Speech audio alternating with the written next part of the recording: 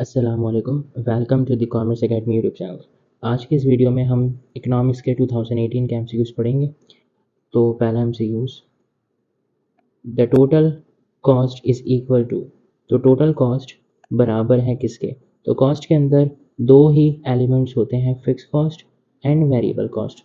तो total cost जो है वो इन दोनों कॉस्ट के ऊपर मुश्तमिल होती है। तो तभी यहाँ पर total fix cost and total variable cost को अगर हम प्लस करेंगे तो ही हमारे पास टोटल कॉस्ट आएगी। आगे दूसरा MCQs, the reward without any service is termed as. किसी सर्विस के बिना जो आपको रिवॉर्ड मिलता है वो इंक्लूड होता है ट्रांसफ़र पेमेंट्स में। तो जो पेंशन्स हैं, क्योंकि पेंशन उन लोगों को मिलती है जो अभी उस वक्त सर्विस तो नहीं कर रहे होते, वो तो रिटायर हो चुके होते हैं। तो वो जो पेंशन की पेमेंट्स हैं वो ट्रांसफ़र पेमेंट्स हैं, क्योंकि वो किसी विदाउट एनी सर्विस मिल रहे होते हैं आपको। ठीक। The law of equi marginal utility is also known as. Law of equi marginal utility का दूसरा नाम लॉ ऑफ सब्सटीट्यूशन है।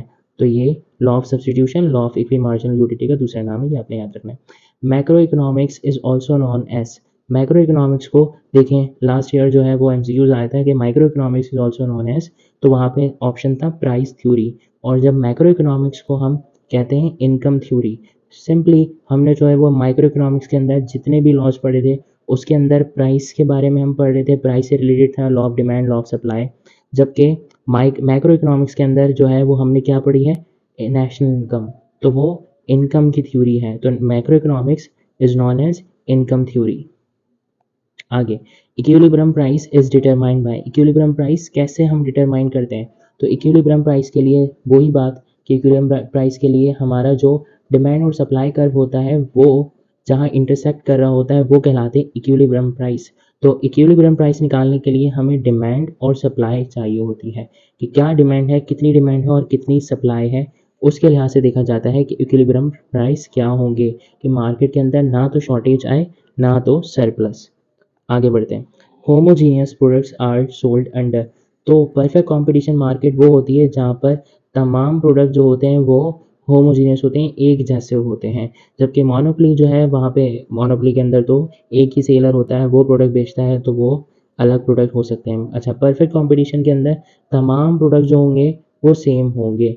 इसका मतलब यानी कि अगर हम सपोज करें कि एक जो है वो मिल्क की मार्केट है, जो मिल्क हम जो दूध इस्तेमाल करते हैं उसकी, तो वहाँ पर तमाम प्रोड्यूसर जो हैं वो मिल्क बेच रहे हैं, तभी जो है वहाँ पर उनके जो रेट्स होते हैं वो भी क्या होते हैं, सब सेम होते हैं। तो परफेक्ट कंपटीशन मार्केट है वो सबके रेट भी सेम होंगे, प्रोडक्ट भी एक जैसा होगा और वो जो प्राइस होंगे वो सेम सेम सब रखेंगे। ठीक है। तो आगे 7, during inflation the value of money.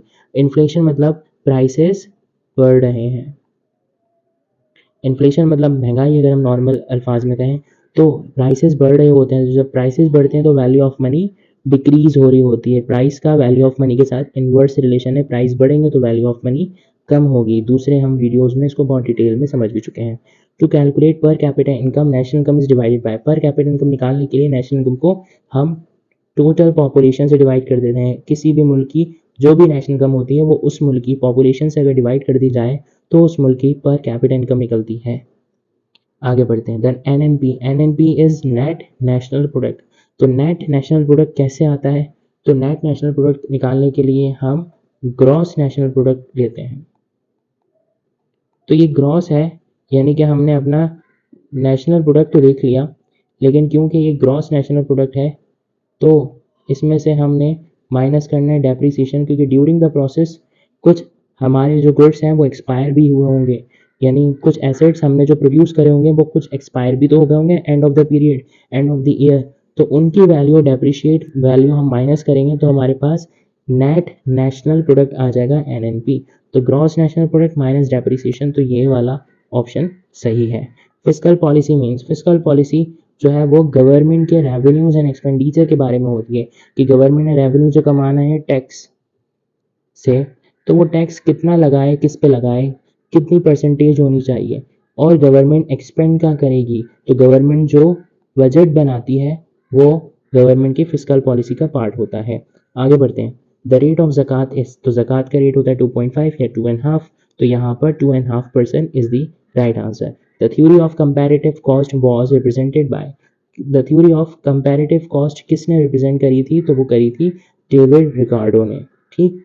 Adam Smith ने नहीं करी थी, मार्शल ने नहीं करी थी, तो डेविड रिकार्डो ने करी थी कंपैरेटिव कॉस्ट थ्योरी। तो ये थ्योरीज के जो भी जिन्होंने रिप्रेजेंट करी थी ये आपको याद रखना चाहिए, ऐसे एमसीक्यूज में आ सकता है। All factor of production become variable in the. तो शॉर्ट रन और लॉन्ग रन की अगर हम बात करते हैं तो मैं आपको शॉर्ट रन और लॉन्ग रन समझाता हूँ। तो शॉर्ट रन वो होता है जहाँ पर तमाम फैक्टर जो होते हैं वो फिक्स होते हैं, लेकिन एक फैक्टर जिसको हम लेबर कहते हैं, सिर्फ लेबर को हम चेंज करके अपना आउटपुट को बढ़ा सकते हैं, तो ऐसी कंडीशन कहलाती है शॉर्ट रन। तो इसमें क्या सिर्फ वेरिएबल होता है, सिर्फ वेरिएबल होते हैं लेबर्स। तो सिर्फ लेबर वेरिएबल होते हैं तो शॉर्ट रन होता है।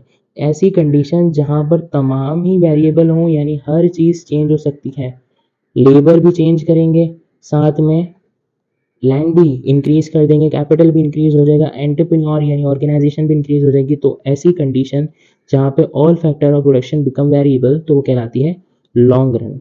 आगे, quantity theory of money is given by, quantity theory of money Irving Fisher ने दी थी।